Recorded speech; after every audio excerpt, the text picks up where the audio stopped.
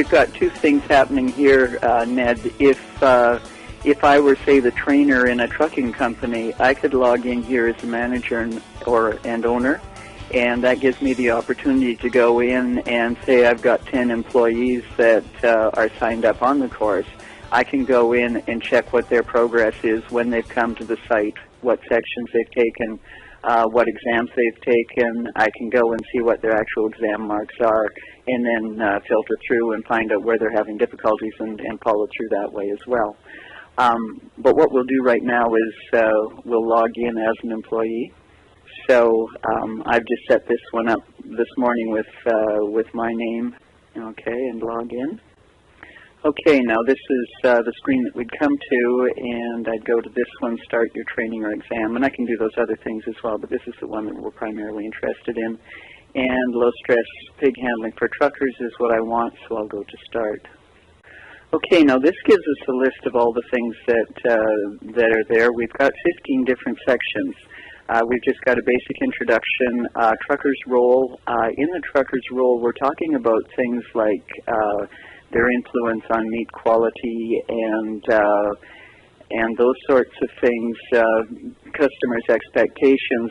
We don't go into a lot of things that are covered by TQA, and up here we've got also the Certified Livestock Transporters course. Those things go into a lot of depth there. All we're doing is just touching on that to say that it's important.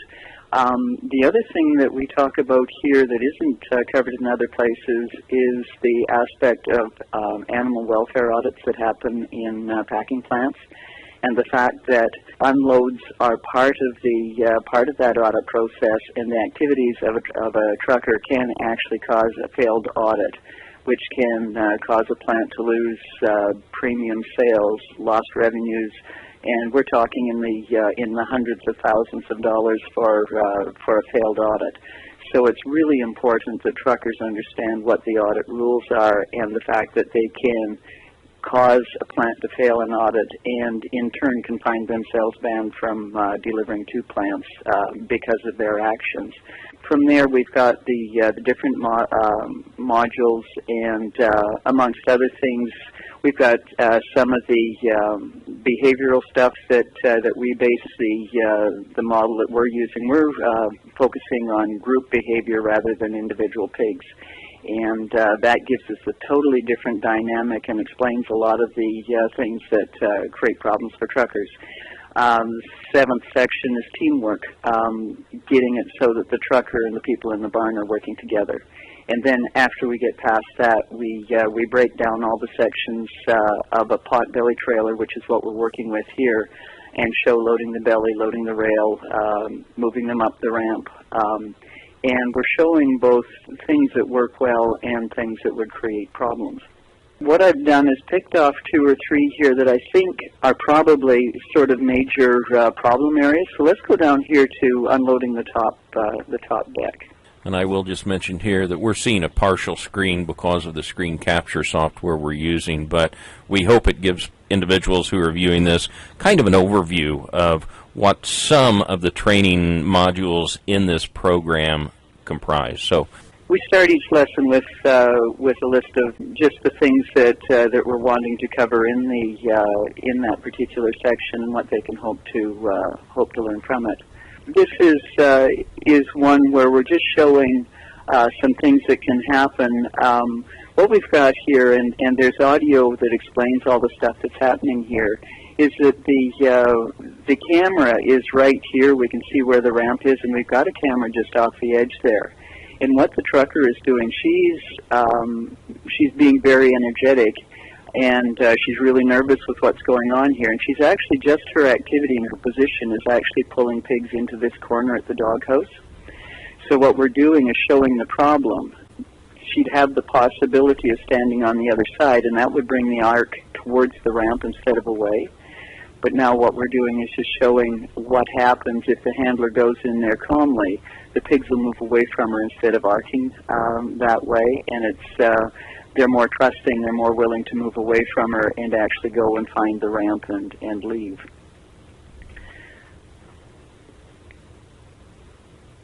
I'm hearing audio in the background, so we have the audio, the video, and the type that is helping make sure that we've reinforced that concept as the viewer works through the program?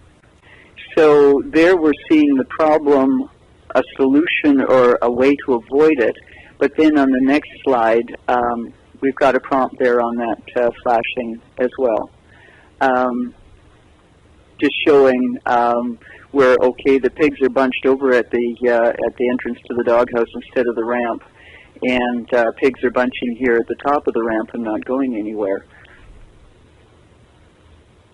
Whacking on the pigs doesn't help, but he'll just get his paddle high and off to the side, and all of a sudden you'll just see the pigs will shift and start to move. So it's a matter of getting the pressure in the right place so the pigs will respond to it. Giving the pigs time to respond as well. He is very patient in that process. Yeah. That's the approach that we've taken, is to get examples of problems, show how to avoid them, and where we have got the problems, okay, so it happens, what do you do with it? How do you fix it once you've created it? But a big part of this is for handlers to understand that they are creating the results that they're getting. Once they understand how they're the ones that are creating that, then they're empowered to go ahead and make the changes they need to get the response that they want. This is accessible completely online. It's something that if your employees are in the office, they can work with it. If they're at home with a broadband connection, they can work with it. I think another one that would be worthwhile. Now, we've got two options we can go to, Ned. One is going up the ramp, and the other one has to do with welfare audits and human instincts. Okay, now here, what we're showing, the truckers will quite often reach in and try to do things to help movement. And what they don't realize is what they're actually doing is drawing the attention of these other animals back. Because they're busy, it's a threatening situation, so they're going to be listening, they're going to catch that flip of movement, they've got the wide-angle vision, and as soon as that trucker moves at all, there's a good chance that those animals are going to be wary enough that that's going to catch their attention. In this case, what he's done is brought the whole works back, and he's actually prodding them to try to get them to keep going. And until that flow gets started, if you're prodding your front animals, you just flip them back into the pile and make things harder for yourself.